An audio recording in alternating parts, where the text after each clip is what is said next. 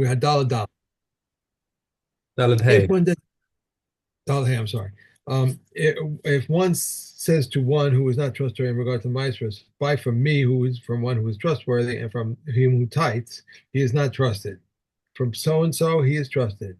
If he went to buy from him and he said to him, I did not find him, and I brought for you from another who is trustworthy, he is not trusted. If one enters a city and knows no one there, and he said, who is trustworthy here, who separates the tithes here? A person said to him, I, he is not to be believed. If he said to him, so and so is trustworthy, he may be believed. If you went to buy from him and said to him, who sells here old? And he said to him, the one who sent you to me, though they may appear to be exchanging favors, they may be believed. Okay. Mhm. Here we go. If donkey drivers enter the city and one said, mine is new, but my friend's is old, mine is not tithe, but my friend is tithe, they are not believed. Rehuda says they are believed. Okay, good. Hey, very good. Halakech min nachtum. So, a guy is buying flour from or sorry, so he's buying bread from the baker, and the baker has a special dispensation that he's allowed to sell things that are not that are demai. Right. That's what we learned just a few Mishnayos back, right? We said that the baker is allowed to let me just make sure that I've got this correct. From which Oh, Mishnah? Um, see. that's Um, Nachtomin. Right. So that's from base Dalad. Nachtomin lochi v'otzam hachachamim hafresh. Okay, so the bakers don't have to separate from Demai because their margins are too small and already. So we just want them to be able to do business. So now the person who buys from the baker, he's going to have to take Maaser. But now there's an issue that like all these people are giving to the baker. Now is there's a shaila that maybe one of them is Mu'usar and one of them is not Mu'usar. Um, because some Amayarites do the halacha properly and some don't. Um, and you're not allowed to take from the pater on the chayav. Okay, because when you're taking maser, you have to take it from something that's chayav. Okay, not tell. So how does he do it? Anyway, back to the question of we've got the bread. He's taken it from the baker. Not tell kedei trumas maser v'chala. Now he not only has to give trumas maser, he also has to give chala on the bread. Um, in our times, bakers take the challah themselves, and part of the hechsher says hufreshat trumas maser v'chala kedin. Okay, but this guy has got to worry about challah as well. So he has to take enough for trumas maser, which is 100th, and challah, which is 1/48th of what's left. Okay. But Omer, Echad mimea mima sheyesh kan 100th of what's in this whole batch. Hare betzad ze maser. So that is maser of uh hold on, Echad mimea. My 100th should have been 10% if it's going to be maser. V'shar maser samuch lo. Oh, because he's talking about the 100th that's going to be the Trumas Maser, and the rest of the Maser is next to it. right, right. Trumas Maser alav. So this 100th becomes Trumas Maser, v'hashar chala. And now the rest of um, 148. this portion that I've set aside over here is challah. So now all of it is going to go to a coin. U'maaseh sheni b'tzvono, and the maaseh sheni goes on the north side of the produce or b'dromo. Doesn't matter which direction. There's nothing holy about either north or south. Just that you've designated a part. U'mechulal alamaos, and it is redeemed onto this coin. Yeah, It says that here that he takes the quantities 1/100th plus 1/148 plus 3/100 plus 1/1000 from the whole loaf and set aside to the priest. that's the math. That's the math of how much it is because one over 100 plus 1/48. Um, and he's just giving you what the equation works out to. That's if you could it's basically a 48th is slightly bigger than a 50th. Um, Bigger than a 50th. Yeah, 148th is bigger than a Right. 50th. Right. Okay. Harotze lahafresh truma or trumas maser ka'achas. What happens if somebody wants to take tevel, right? The tevel that needs to have also truma gedola taken. This is, by the way, what we do whenever we take our chumas and masters from our produce at home, or okay, we say notel echad mishloshim b'shalosh ushlish. So you must take out one from 33 and a third. Why is one from 33 and a third? Because the truma is has got to be a minimum shear of one third. Why is it third? We don't give nowadays we don't give so much truma gedola anymore because we can't give it to the coin anyway. But the truma gedola has to be a 24th, and then there's also the trumas maser that's going to have to be given. Um, wait, 20, truma gedola is no truma gedola. Beg your pardon, truma gedola um, is. Oh, I'm thinking of pay. Hold on, how much is it we have to give in truma gedola? Chuma's master share. Share is 1 in 50. Yeah, it is 1 in 50. Right, so it's 2% plus 1% basically. Plus yeah, so it is 2%, um and as opposed to and then there's another 1% that's going to come for Chuma's master. So that's a total of like 3%, which is why I say one in 33 and the third is 3%. Okay. Um, ואומר, אחד ממאה ממה שיש כאן, הרי זה בצד זה חולין. Okay, 1/100th of what's in this part that's set aside. We're going to keep as chulin for now. Vashar truma ala kol, and so the truma portion is the 2%. So you first declare the truma gedola, and that's the part that's more than 1%. Okay. Umea chulin sheyesh kan, and the hundred of chulin that's over here, hare b'tzad ze maser. So from the chulin you take 1/10 and call that maser. Ushar maser samuchlo. Sorry, beg your pardon. Umea chulin sheyesh kan. The remaining 1/100th that's sitting on in the piece that you separated, plus the remaining maser, which is in the main pile of the produce, that becomes maser. Zesha asisi maser asoy trumas maser alav. So now the portion that you set aside is all truma, all goes to the kohen. V'ashar chala, and now whatever is left over there, assuming that we're talking about bread now, you're also separating chala on this as well. Maser sheni b'tzvono, and the Maser Sheni back onto the produce. The Maser Sheni is on the north part, or Dromo, or Mechulal Alamaus. And again, you redeem the Maser Sheni and use the money to go to Yerushalayim. Okay. Mishna Gimel Halokech Mina Naftum. If a person takes bread from the baker. Now, this is talking about this issue that we spoke about right at the beginning, about who gave him the bread, and did they master it or not. מעשר מן החמה על הצוננס ומן הצוננס על החמה אפילו מתפוסין הרבה דברי Rabbi Meir.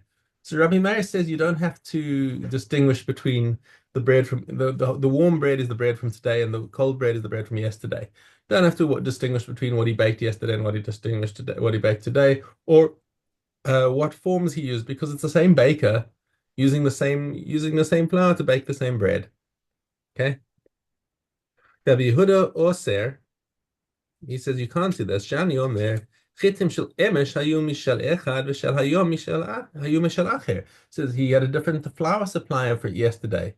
Maybe it was a different guy who brought in the flour, and the flour from the one was musar, and the flour from the other one was not musar. Therefore, you would be taking from the pater and the chayev, and that doesn't help you. So he says it doesn't matter what type of form he uses, because the forms all belong to the baker. But what does matter is what day he got the flour and who his supplier was on that day. Rabbi Right. Shimon also b'trumas maaser umatir b'chala.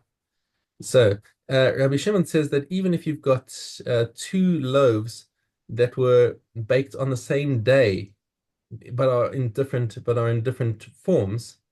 So Rabbi Shimon says that it's that you cannot take maaser from one onto the other because the different forms prove that, according in his opinion, that he purchased the wheat from two different people. And now you've got that same chashash that one of them was mu'asar and one was not mu'asar. But nonetheless, he agreed. He says with challah it's fine. You can do it because the challah only takes effect once the baker has mixed it into dough. No. So challah for sure is it's all dependent on that baker. Did the baker take challah? Did the baker not take challah? But it's got nothing to do with who supplied him with the flour. Okay. Right. Here we're talking all about bread. What if someone's baking cakes? You don't take challah on cakes. No, I don't take challah on cake, right? But the mice and all that we have to take for the flour for the cakes, and Well, then you'll have the same question. It's based on the flour. It was the flour tithed or not? right. Okay. All right. Okay.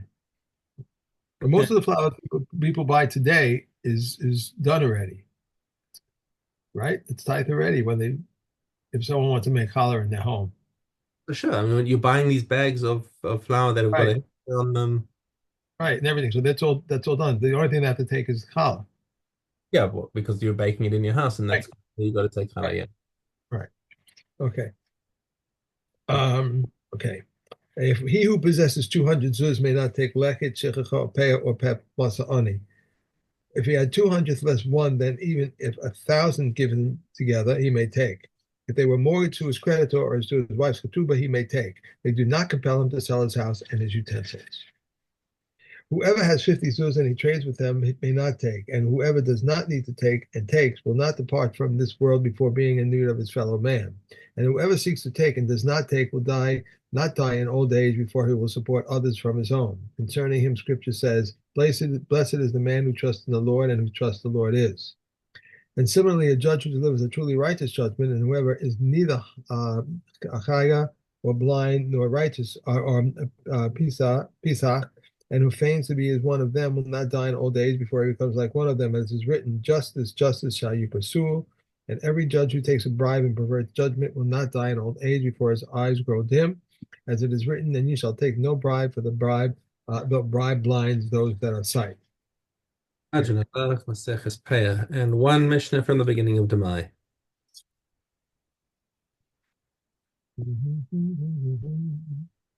The following are treated leniently in respect to Demai: wild figs, juba fruits, crab apples, white figs, sycamore fruit, unripe dates, gufnin, and caper fruit in Judea, also zumak, Judean vinegar, and coriander.